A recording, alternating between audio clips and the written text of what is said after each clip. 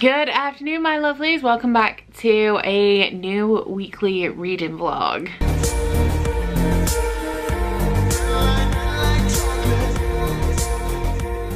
So this week I have nothing really planned. Actually, thinking about that, I'd literally nothing at all exciting planned for this week. I haven't even really started a book yet since I finished All Is Not Forgotten by Wendy Walker last night, but I think I didn't know what I wanted to pick up, but I think the next thing I'm going to be reading is going to be Red Sister by Mark Lawrence. So this was my Patreon pick for February. I didn't get to it. This one is Bobby's recommendation. This was also a gift from Bobby, so thank you so much to Bobby for that. I am finally going to be reading this. I know it's been a long time coming, but I am actually really excited for this one because this has been recommended to me numerous times because I love Nevernight, as this is the story of a girl called Nona Gray who goes to this, what's the like lady version of a nunnery? Convent.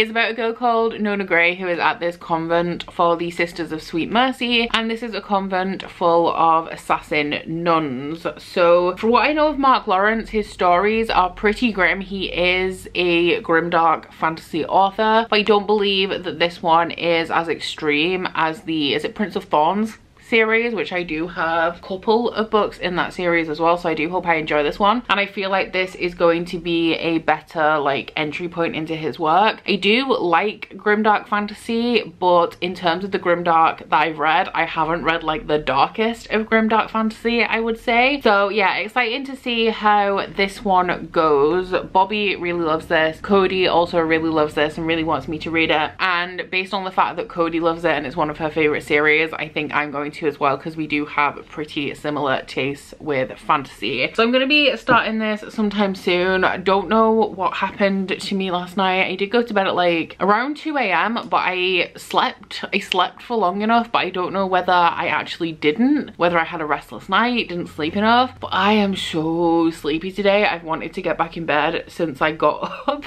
and I'm just in the last stages of editing last week's vlog. Might do some yoga today because I haven't done yoga in a couple of weeks. I've been doing like weights and mixed martial arts. I also, if you guys saw the live sprints that we did on Steph's channel, you'll know that I've been thinking about buying a spin bike because spin is my favorite type of exercise. It is the most effective type of exercise that I have done in terms of the endorphin rush that you get from spin. Also that it's low impact because I'm really bad at high impact cardio, but it is also high intensity, and I do prefer high intensity workouts. And I haven't been on my spin game for a while because we moved. I don't like the spin classes at this gym. It's like a branch of the gym that I used to go to when I lived at my dad's, but they don't have a spin studio here. They just drag the bikes into the middle of the sports hall, which is fine, but I don't like that environment. I didn't enjoy the instructors as much as I enjoyed the ones at the gym that I was previously going to. So I fell out of love with spin a little bit then, and then for the last year or so,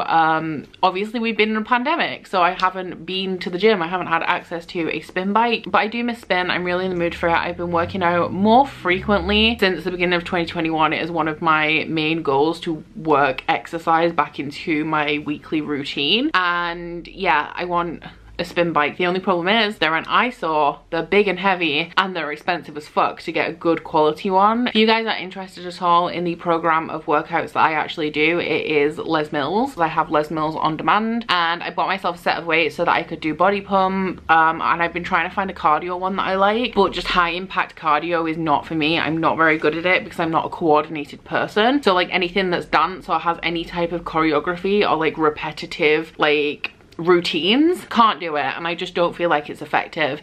I also do body balance, which is the yoga that I do. It's a mix of Tai Chi yoga and Pilates, and I was also doing RPM, which is spin. They have a couple of different spin programs as well. They have, I think, the Ride and Trip are the other two, maybe. So I'm excited to try those out if I do indeed get a spin bike. It's just I right now I'm saying if I get a spin bike I'll definitely use it because I really want to do spin. I'm really into it, but I just don't want to spend all this money on a piece of gym equipment that is just gonna sit in the corner of my fucking house and is gonna depress me every time I look at it because I bought it with the intention of using it and just didn't. So yeah, but I think I'm gonna bite the bullet and do it, and I'm gonna hold myself accountable. Essentially it's gonna be either the best or worst thing that I ever purchased, but that's where I'm at. So I want to finish editing this video. I need to do some shopping on like a homeware site like Dunelm or something, because we need a couple of like functional homeware bits, like a new toilet seat, a new laundry basket, and just like really boring things like that. So I may place an order for some of that stuff and do some more deep diving into spin bikes.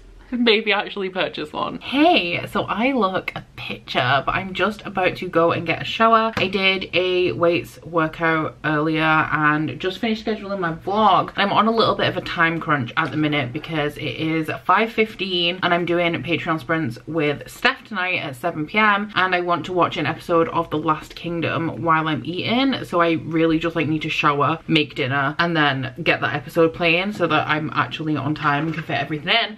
But I received a parcel today, and this is completely Jade from JD Riri's fault. If you don't know, if you don't subscribe to Jade, recommend that you do. But she's been doing diamond painting. She's become obsessed with diamond paintings, and she's been doing them while listening to audiobooks. And after one of the live shows we did last week, we were talking, and I was doing a jigsaw, I think, at the time. And these kinds of things are things that I love, but they're also extremely addicting. And I have nothing to do with diamond paintings when I finish them. It's literally just the process, and it always feels wasteful to like make this pretty thing and be like, yeah, I don't want it anymore. But the process of doing things like this, like jigsaws, I used to do sequin art when I was a kid, cross stitching, I've also started knitting again. So therapeutic and like completely my vibe. So it was like real late at night, it was past midnight, and I ordered a diamond painting, completely forgot, woke up in the morning and was like, why did you do that? You don't have the time for a diamond painting. And then that one is going to take a little while to arrive to me.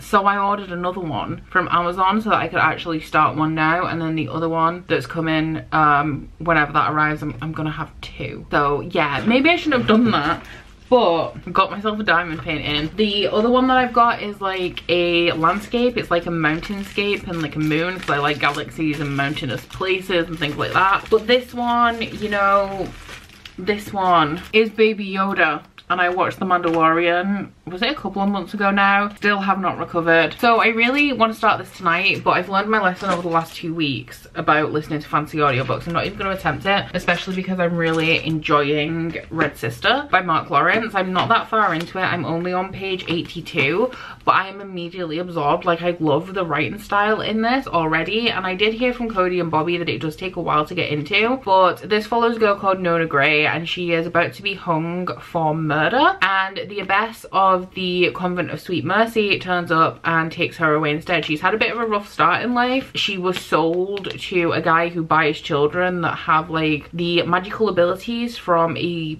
group of like 4 clans, or children that seem like they have the potential to have some of that blood, and then sells them on to other people to make a profit. So she was sold to these fighting pits, and she ended up murdering somebody. So she's to be hanged when she's rescued by the abbess and taken to the convent for the sisters. The sisters are sweet, no, just the convent of Sweet Mercy, where she begins training as an assassin. Now, I'm not up to the page 100 mark yet, and she has only been there for a couple of chapters, but I love it. I love it so much, and I completely understand why people recommend this to me based on the fact that I like Nevernight, because obviously I was going into it seeing the similarity of assassins and assassin school, or in this case a convent, training to be an assassin, but even down to the writing style, this reminds me of Nevernight, and I'm loving it so much.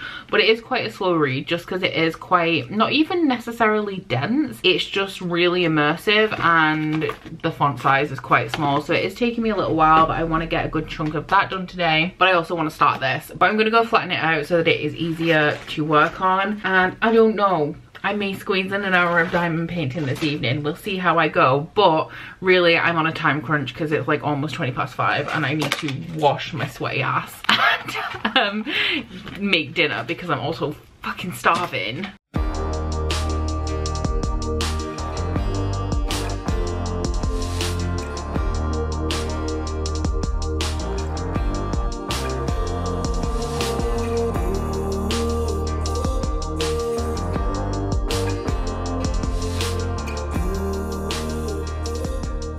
Good afternoon. I'm having skin troubles the last couple of days. Think we might have a little bit of a hormone imbalance going on somewhere. I've received 2 parcels this morning and I have no idea what either of them are. I have opened this one because it came with like a handwritten label and I thought that maybe I'd ordered something and forgot, but I haven't, because this one came with a postcard inside, and this is from Hannah, who is a booktuber. Her channel is Ludem. I will link it in the description box. But this is to Becca. I've totally used you as a guinea pig for something I'd like to do for Gothtober, so if you decide not to keep this, no hard feelings. But when I decided I wanted to make a SJM reference, there was a short list of people who I thought might appreciate it. P.S. I hope this arrived in one piece. So we have this bubble wrap thing, and I will say I gave it a bit of a squish. It feels like a mug, and I'm surprised that it arrived in one piece. So Hannah, you did well with the wrapping on this for a mug to arrive safely in an envelope. So I will also reuse this bubble wrap because it's actually quite a nice piece, so thank you, Hannah, for that. Oh my god, I love it. This is Can't Talk Right Now doing Valkyrie shit, which is a reference to obviously the TikTok thing, which is like Can't Talk Right Now and doing hot girl shit, but also A Court of Silver Flames by Sarah J Maas, which is one of my new favorite books. Hannah makes like participation badges, I guess. She started doing them every month, where you'll get like a little sticker badge type thing for like a certain accomplishment. So she's doing them for like readathons and stuff. This one is like an A Court of Silver Flames one, because everyone was reading A Court of Silver Flames in February. So thank you so much, Hannah. I really love this. I'm all about Sarah J Maas merch. You guys know this. And then my other one from Amazon, I would have assumed that I ordered this myself, except my name on the label is Becca. I always go by Becca. Like, I never tell anyone my name is Rebecca unless it's official, but when I write my name on anything, I write it as Rebecca, so that's how I know that I didn't do this. Oh my god, I think I know who this is from. Candy kittens. So we have a pack of the Eton Mess ones and a pack of Sour Watermelon, and these do not have a label in, but I know that these are from Steph because Steph is obsessed with candy kittens, and I said that I had never tried them, so thank you so much, Steph, for these. I'm really excited because, like, not to be that bitch, but they're aesthetically pleasing. Aesthetically pleasing sweets, I know. Should I try these now? Oh my god, they smell good. Okay, they're so cute. Okay, let's try. I want to become obsessed with these.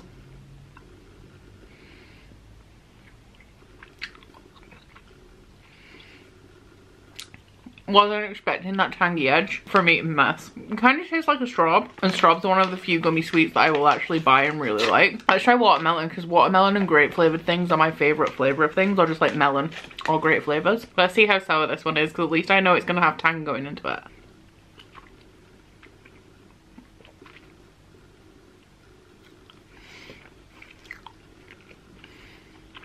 There are some, oh my god.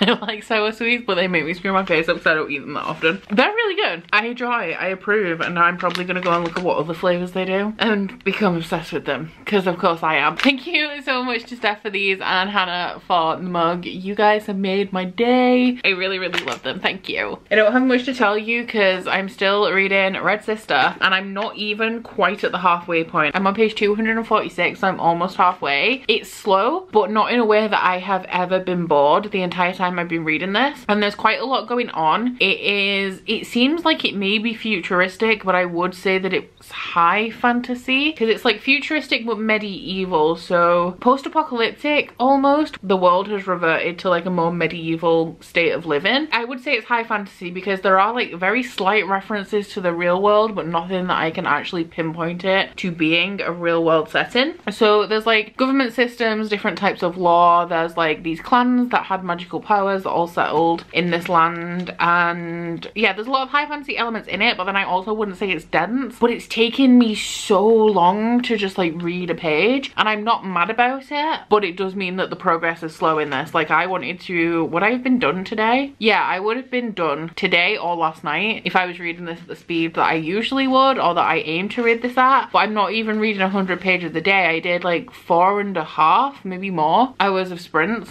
last night on Patreon, and I only read 96 pages.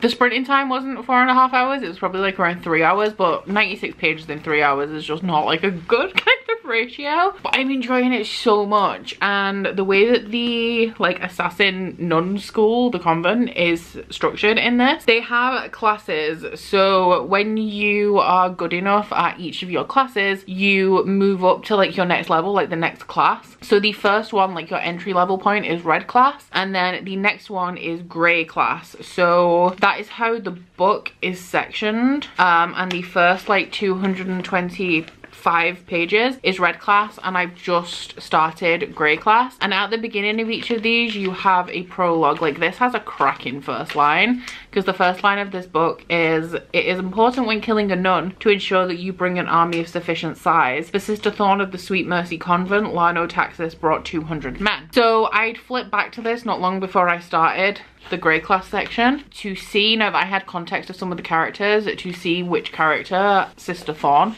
is. And then I didn't expect it because it's kind of like a prologue, but when you start grey class you have another like little prologue, and this prologue before grey class had me shook, and I'm really intrigued to carry on, and I want to see what happens, because like the turn that happens in this, not what I expected at all. So I want to see how we're getting to that point. I think Nona is about 10 at the point that I'm at now, which I keep forgetting how young she is. So in like red class she's about 8 years old, and we've just got up to 10, and I have no idea, like I don't even know if there's another section in here, so I have no idea how old she's going to be by the end. But I'm thoroughly enjoying it and can't wait to read some more of this tonight. Didn't put us both together quite right.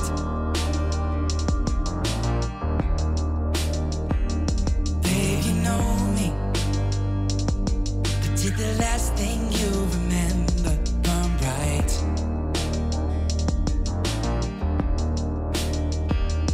Looking for hindsight through double vision, pouring up a drink for words. I had so much love I left to give, but I don't like the taste of blood.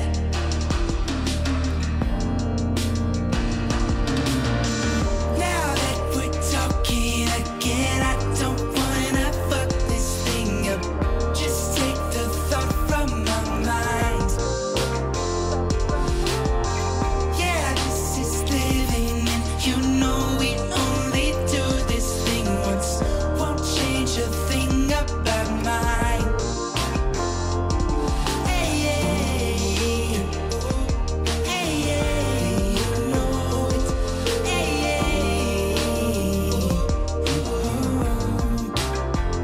so I'll wait, 'cause I guess I'm bound to see you in time. Yeah, I know that if we just sit down and finally get down to be with red wine. Looking for hindsight through double vision, pouring up a drink, get love. Hello. So I just got done with the A Court of Silver Flames live show that was on Madison from Princess of Paperback's channel. I'll link it for you guys if you want to check it out. It was part of the ACOTAR along that Madison was hosting with Katie from Katie's Book Nook, and I was invited to do the last live show. So I had a fab time doing that, but it's now 1 AM because those guys are in the US and their time zone is like much further behind mine, and it's Saturday night. Tomorrow morning I have live sprints on Maddie's channel. I'm currently like, I have this much left. Sister, it's like 170 pages, and I want this done tomorrow. It has to be done in this vlog because I'm not doing a normal weekly vlog next week. I'm going to be doing 2 vlogs next week because it's Bookoplathon at the weekend, like next weekend. So I'm going to be bringing you guys a 48-hour vlog for that.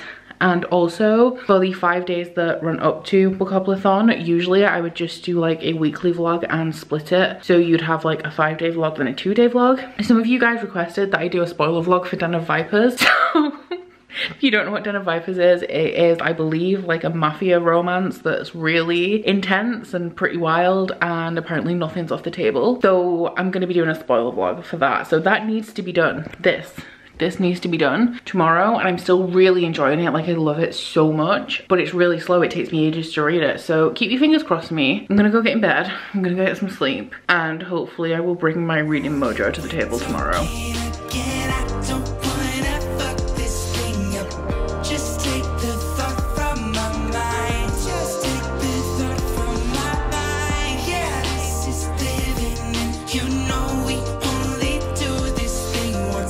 In true Hamilton style, he has just started doing zoomies, so if you see him just like darting backwards and forwards here, please don't be alarmed. We're all used to this shit now, but it is literally like 1 minute to midnight, and I have just finished Red Sister by Mark Lawrence, and I gave it 4 stars. I'm kind of sad that I gave it 4 stars because there's so much about this that I loved, and my favorite thing about it actually was the like prologues. So I think I mentioned that it's split into sections, and the sections represent the classes of the convent. So you enter into red class, and then you go up into grey class, and then holy class I think is next, and there's another one after that. What's the last one called? Mystic. So you go red, grey, mystic, and then holy. And this is the life story of Nona. So we start off where she's like 8 years old, and she ends up in this convent, and through this book we follow her progress through red and grey class. And before each of those sections, so the prologue of the book, the prologue before grey class, and then also the epilogue, is actually the story of much further in the future than we're following. So it's kind of like we're building up to this end point, and the actual content of the books is filling in like her life story and stuff. And I loved those little prologue bits and like the mystery surrounding them and what was going on there, because you're seeing characters that you are coming to know in the narrative in a much different place than they are in these little snippets that we're getting from these prologue chapters. I would say that if you like Nevernight, you will like this book. I love Nevernight. It's one of my favorite series, and going into this expecting just it to be like an assassin training story, and that's why it was similar, that is not the case. There are so many similarities between Nona and Mia, and you also have like the atmosphere of this book is very similar to the atmosphere of Nevernight. I would say that J. Kristoff has a much more like dramatic or melodramatic even writing style that's really heavy with metaphor in comparison to Mark Lawrence, but those snippets that we're getting in these little prologue chapters and the epilogue are a lot more heavy on that drama and just like dripping with tension in a similar way that we see in Nevernight. So I definitely saw a lot of similarities between the two. The elements of the magic system in here, there are so many, and that is one of the reasons why this got 4 stars and not 5, because there are so many that I was struggling to keep track of them and like tracing the logic behind how these things, these different elements exactly work. But there is elements of like shadow magic in here as well, which reminded me a lot of Nevernight. The other reason why this got 4 stars and not 5 is just kind of like the pacing of it. I will say that I thoroughly enjoyed myself reading this book because I really like slow fantasy stories and kind of just spending time with characters, character development, getting to grips with the world. And I think one of the reasons why it didn't quite work for me in this book is because I'm still kind of confused a little bit about the magic in here. Even though I spent all this time like training with Nona as she's learning more about all of these different elements and getting better at them, I still was a little bit confused about what was going on. I also am not a huge fan of the fight scenes in here. I did find them quite difficult to follow. Fight scenes are either hit or miss with me. There are some that are done excellently. Sometimes I don't even mind, like I don't have a strong opinion about a fight scene, whether it's done well or bad, like it's just fine. But in this one I was struggling to follow them a little bit, kind of like zoning out because I wasn't compelled and finding it hard to follow. But I love the characters in here. Really liked Mark Lawrence's writing, really liked the atmosphere, and a great deal of that. I wouldn't want to say a great deal of it is because I love Nevernight, but because I do love— Whoa, he just attacked me.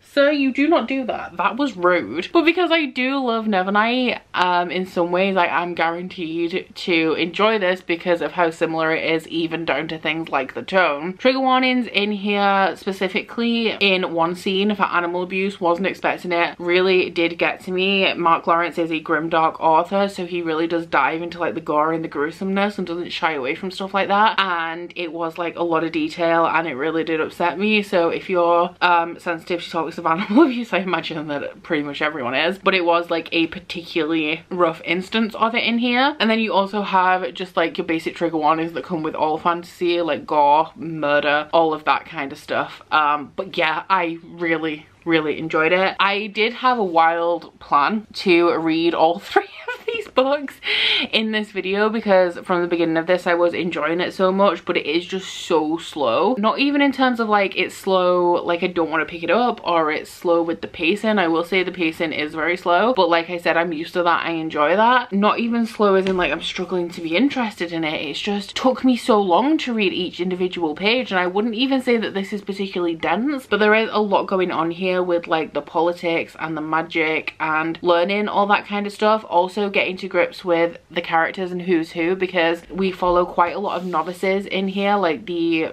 girls that are training to be assassins, and aside from that we also have the nuns that run the convent, and a lot of them have multiple names. So like when you enter the convent you get to a certain level and you pick what your nun name is going to be. So we follow one in particular in here who's called Sister Apple, but she isn't just Sister Apple, she is also known as the Poisoner because she is the mistress of poison and she teaches the Shade class, so she's also Mistress Shade. And just constantly remembering that like when she's being referred to with all these different names, it is the same character.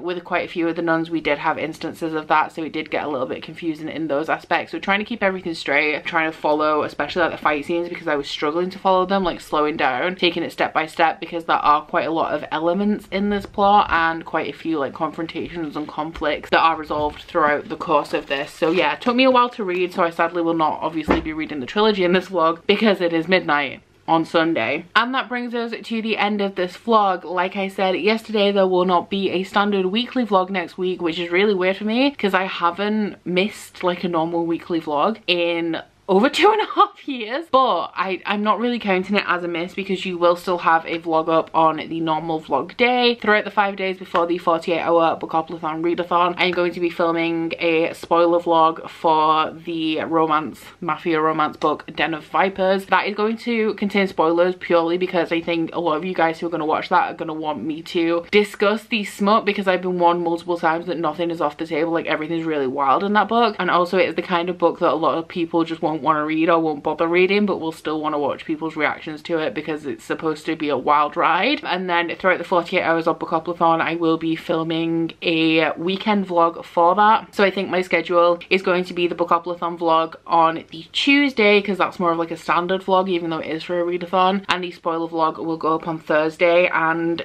yes, it does kill me posting them the opposite way around to when they were filmed because chronologically Den of Vipers should come first, but I feel like it's more fitting to give you the bookoplathon vlog on actual vlog day and then Den of Vipers later in the week. And I just can't stop talking. I can't stop talking, so I'm gonna wrap up this vlog. If you have enjoyed it, please don't forget to like if you liked it and subscribe if you wanna, and I will kinda see you guys next week. Bye! Oh, you bite your friend like chocolate. You say you will go where nobody knows, with guns hidden under our petticoats. We're never gonna quit it, no, we're never gonna quit it, no.